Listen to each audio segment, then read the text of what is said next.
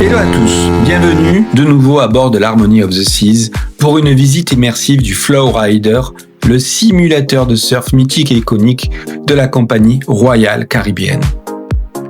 Aujourd'hui, le but, c'est aussi de casser les clichés. On entend encore trop souvent que la croisière c'est has-been, que c'est réservé aux retraités ou qu'on passe son temps enfermé en cabine à regarder la mer. C'est totalement faux. La croisière moderne, c'est une activité touristique ultra à la plage, plébiscitée par un public super jeune et dynamique. La moyenne d'âge sur ce genre de navire géant tourne maintenant entre 30 et 35 ans. Pourquoi ? Parce que le produit, c'est le bateau lui-même. Il est pensé comme un parc d'attractions flottant à la pointe de la technologie. Et le Flowrider en est la preuve parfaite. Allez, on fait le plein d'infos utiles, de secrets d'ingénierie insolites et de tips pour rider maintenant comme un pro à bord de ces navires. Mais où se cache la bête et sur quel navire la trouver ? Première info essentielle. Le Flowrider est devenu la véritable signature de Royal Caribbean. Vous le trouverez sur 21 navires de la flotte, c'est-à-dire sur absolument tous les bateaux des classes Voyager, Freedom, Quantum, Oasis, comme notre Harmony, et la toute dernière classe Icon. Petit privilège sur les mastodontes de la classe Oasis comme l'Harmony, l'Allure, l'Oasis ou le Symphony of the Seas, il n'y a pas un, mais deux Flowriders installés côte à côte. Sur tous ces bateaux, l'attraction est systématiquement située tout à l'arrière, sur les ponts supérieurs, généralement le pont 13, 14 ou 16, au cœur de la zone sportive. Mais pourquoi ce choix ? Il y a 3 raisons stratégiques à cela. Premièrement, l'acoustique et l'ambiance. Les pompes et le flux d'eau font un bruit de cascade permanent. L'isolet à l'arrière supérieur permet de préserver le calme des espaces piscine détente. Deuxièmement, la gestion du poids et de l'espace. C'est une structure lourde qui nécessite d'immenses réservoirs et une machinerie complexe intégrée directement dans les pompes techniques en arrière. Et enfin, troisièmement, l'effet arène.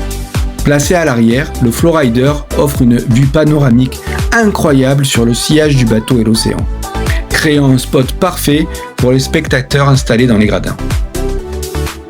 Passons aux coulisses techniques. L'ingénierie de la vague. Pour comprendre ce qui se passe sous vos pieds, il faut plonger dans la technique.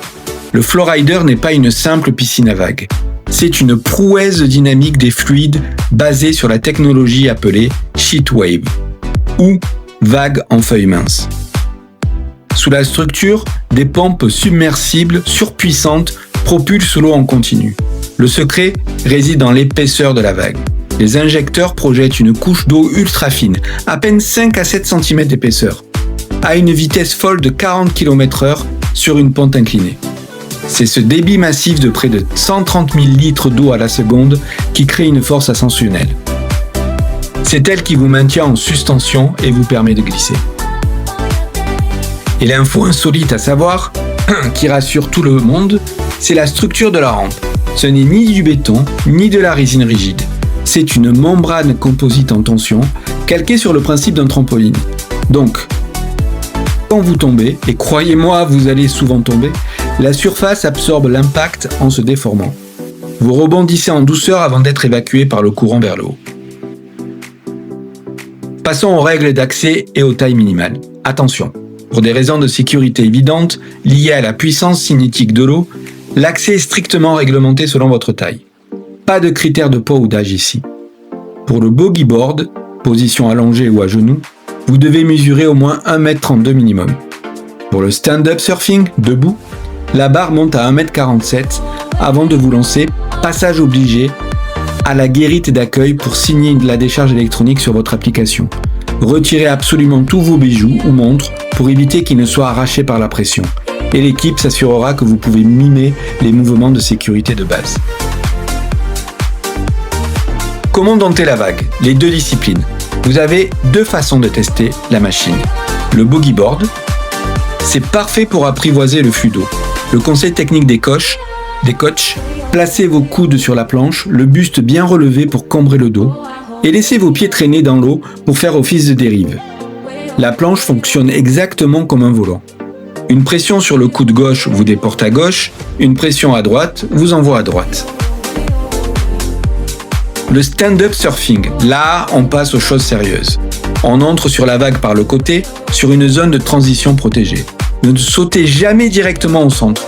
Pour tenir l'équilibre sur cette feuille d'eau rapide, fléchissez bien les genoux pour abaisser votre centre de gravité, gardez vos épaules parallèles à la planche et appliquez 80% de votre poids sur votre jambe arrière. Si vous mettez du poids sur l'avant, le nez de la planche va mordre dans le flux d'eau et là, c'est le soleil assuré.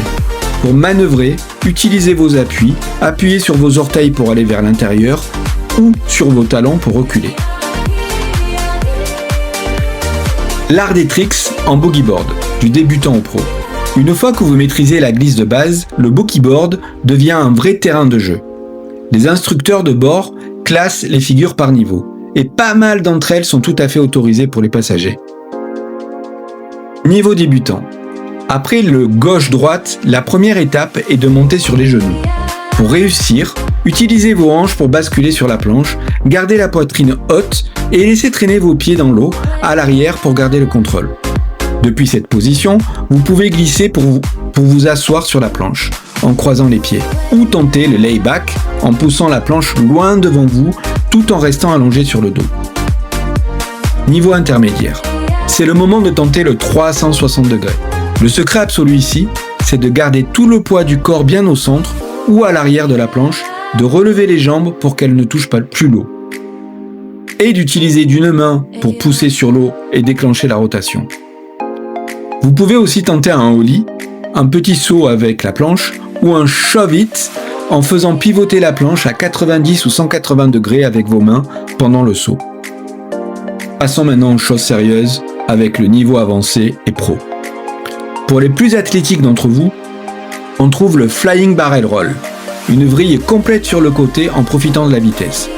Le Superman sur les genoux, un grand saut où on lâche et attrape la planche en l'air, ou encore le Belly 360 sans les mains. Attention cependant, certaines figures extrêmes comme les front flips, salto avant, sont réservées aux démonstrations du staff technique pour éviter les blessures. Le secret de la chute en toute sécurité, wipeout. La chute fait partie intégrante de l'expérience. Pour la gérer comme un pro et éviter les blessures, appliquez le protocole de sécurité officiel des instructeurs. Dès que vous perdez le contrôle, roulez-vous en boule en rentrant les genoux vers la poitrine, protégez votre tête en verrouillant vos mains derrière votre nuque et laissez vos jambes faire face au sommet de la vague. Le courant va vous remonter naturellement vers le filet de sécurité supérieur.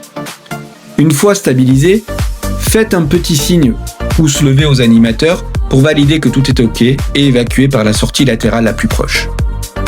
Quelques tips maintenant pour maximiser votre expérience à bord. Le prix.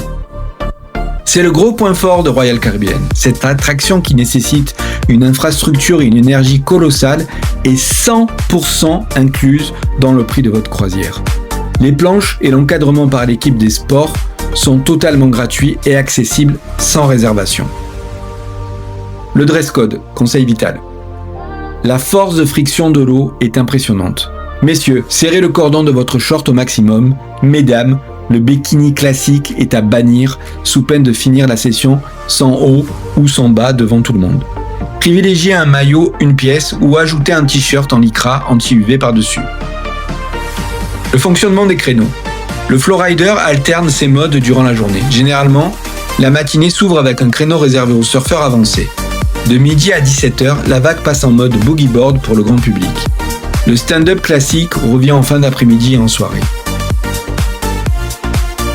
Sur les navires à double flowrider comme l'Harmony, l'équipage dédie souvent un côté au boogie et l'autre au stand-up en simultané pour réduire l'attente. L'astuce anti-file d'attente.